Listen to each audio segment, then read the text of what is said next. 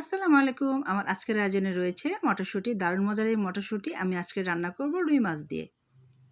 মটরশুঁটি কিন্তু রুই, কাতল, আইড় মাছ এগুলো দিয়ে রান্না করলে খেতে ভীষণ মজা লাগে। আর এটা হচ্ছে আজকে আমার দুপুরের আয়োজন। মটরশুঁটি, লাল শাক ভাজি। লাল শাকগুলো আমি গোড়াগুলো ফেলে দিয়েছি। আর এখন হচ্ছে আমরা মটরশুঁটি বেছে নিব। এই মটরশুঁটিটা কিন্তু শীতকালেই পাওয়া যায়। আমরা চাইলে কিন্তু সারা বছর সংরক্ষণ করতে পারি।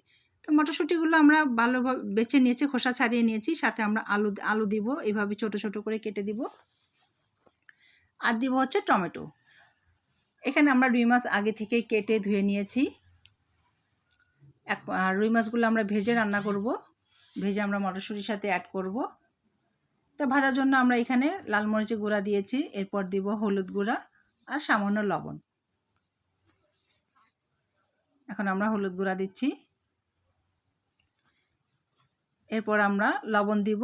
আর এই মশলাগুলো দেওয়ার পর আমরা ভালোভাবে হাত দিয়ে ম্যারিনেট করে নিব। লবণের পরিমাণটা একটু বেশি দিবেন, তা না মাছের পিসগুলো যদি বড় হয় তাহলে লবণের পরিমাণটা একটু বেশি দিবেন, যেন মাছের মধ্যে মশলাগুলোর ভালো মতো ঢুকে যায়। আর এই মটরশুঁটি রান্না করার সময় কিন্তু অবশ্যই টমেটো দিবেন, একটু বেশি করে টমেটো দিবেন। একটু টক হলে এই তরকারিটা খেতে কিন্তু খুব ভালো লাগে। আমি সবসময় মটরশুঁটি রান্না করার সময় টমেটোর পরিমাণটা একটু বেশি দিই। এখন হচ্ছে প্রথমে আমরা মাছগুলো ভেজে নিব। মাছ ভাজার জন্য আমরা চুলায় একটি প্যান বসিয়েছি। প্যান গরম হয়ে যাওয়ার পর আমরা তেল দিয়েছি। তেল গরম হয়ে যাওয়ার পর এক এক করে আমরা মাছগুলো দিয়ে দিব। কিছুক্ষণ পর আমরা মাছগুলো উল্টে দিব। এপিট ওপিট ভালো মতো আমরা ভেজে নিব। আর ভাজা ছাড়া মাছ দিয়ে রান্না করলে আমি জানি না কেমন টেস্ট হয়, কিন্তু আমরা মাছ না ভেজে আমরা কোনো তরকারি রান্না করি না, খেতে ভালো লাগে না। তো মাছগুলো আমরা ভেজে নিচ্ছি। ভাজা হয়ে গেলে আমরা মাছগুলো এক এক করে তুলে নিব। এখন আমরা চুলায় আরেকটি প্যান বসিয়েছি। প্যানে আমরা তেল দিয়ে দিলাম পরিমাণ মতো। তেলে আমরা পেঁয়াজ কুচি দিয়ে দিচ্ছি।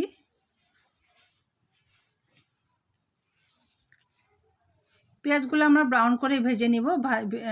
আর ভাজার জন্য আমরা লবণ দিচ্ছি, তাহলে খুব তাড়াতাড়ি পেঁয়াজগুলো ভাজা হয়ে যাবে। পেঁয়াজ ভাজা হয়ে যাওয়ার পর আমরা এক এক করে বাকি মশলাগুলো অ্যাড করব।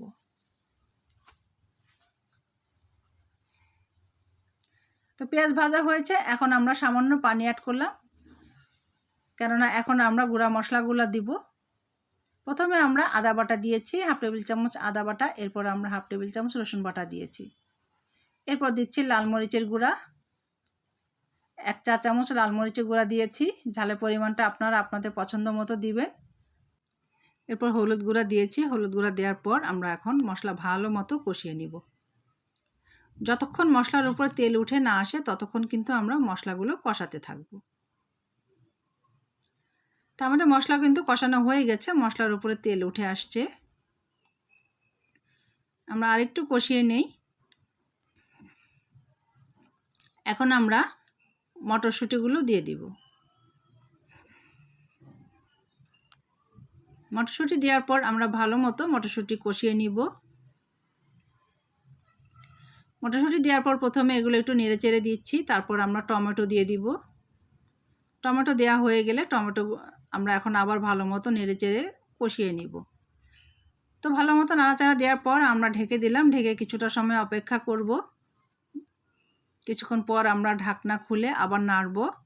আর টমেটো দেওয়ার কারণে কিন্তু কিছুটা পানি উঠে গেছে। এটা টমেটোর পানি, সমস্যা নাই। কষাতে কষাতে কিন্তু এই পানিটা শুকিয়ে যাবে। তো এভাবে আমরা ভালো মতো সবজিগুলো কষিয়ে নিচ্ছি। এরপর আমরা কষানো হয়ে গেলে আমরা গরম পানি অ্যাড করব।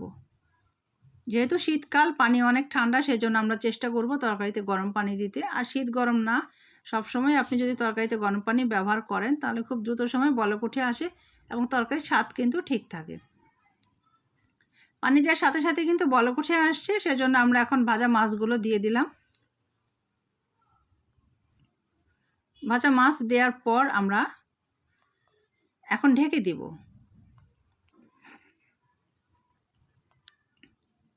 ঢেকে দিয়েছি। তো কিছুক্ষণ পর আমরা আবার ঢাকনা খুলে নেড়ে দিব। ফুললি বলক উঠে আসছে। নাড়াচাড়া দেওয়ার পর আমরা কিন্তু এখন আবার ঢেকে দিব। আমরা এখন ঢাকনা দিয়ে দিলাম। ঢাকনা দেওয়ার পর আমরা অপেক্ষা করব মটরশুঁটি আলু এগুলো সিদ্ধ হওয়ার জন্য। তো কিছুক্ষণ পর আমরা আবার ঢাকনা খুলে দিয়েছি, খুলে এখন আবার নেড়ে দিব। আর মটরশুঁটিতে কিন্তু এত পানি থাকবে না, খুব বেশি পানি থাকবে না, আবার একদম কমও হবে না, কিছুটা ঝোল রাখতে হবে, কেননা নামানোর পর কিন্তু ঝোলগুলো আবার শুকিয়ে যায়। আলু আছে, আলু থাকলে কিন্তু ঝোলগুলো শুকিয়ে যায়। তো কিছুক্ষণ পর আমরা ধনিয়া পাতা দিয়ে দিলাম, এটা নামানোর আগে দিব। ধনিয়া পাতা দিয়ে আমরা আবার মিনিট 2-3 মতো জাল করব। তো ধনিয়া পাতা দিয়ে এখন আমরা নেড়ে দিচ্ছি।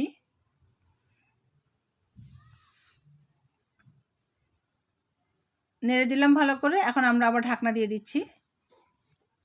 ঢাকনা দিয়ে আমরা 2-3 মিনিট অপেক্ষা করব। তো এখন আমরা আবার 2-3 মিনিট পর ঢাকনা খুললাম। এখন কিন্তু ফাইনালি আমাদের রান্নাটা হয়ে গেছে, এবং এখন যে পরিমাণ তরকারিতে পানি দেখছেন এই পানিটা কিন্তু থাকবে না। মাছগুলো বড় বড় এবং অনেকগুলো সবজি, আর আমরা নামিয়ে নেওয়ার পর কিন্তু এই ঝোলটা আরও কমে যাবে। এটা কিন্তু লক্ষ্য রাখতে হবে যে তরকারিতে আলু থাকবে সেটা কিন্তু নামানোর পর ঝোলটা টেনে যায়, সেজন্য আমরা একটু ঝোল থাকতেই নামিয়ে নিব। এখন আমরা চুলাটা বন্ধ করে দিচ্ছি। ফাইনালি আমাদের রান্নাটা হয়ে গেছে। তা কিছুক্ষণ পর হচ্ছে এই হচ্ছে আমাদের মটরশুঁটি তরকারির লুকটা। দেখতে কিন্তু দারুণ হয়েছে, আর এরকম একটু হালকা ঝোলঝোল থাকবে, একটু টকটক আসবে, টকটক লাগবে হালকা, খেতে কিন্তু দারুণ লাগবে। তরকারির কালারটা কিন্তু অনেক সুন্দর হয়েছে। আশা করি আপনাদের কাছে আমার এই রেসিপিটা ভালো লেগেছে। ভালো লেগে থাকলে কিন্তু অবশ্যই লাইক, কমেন্ট অ্যান্ড শেয়ার করে দিবেন।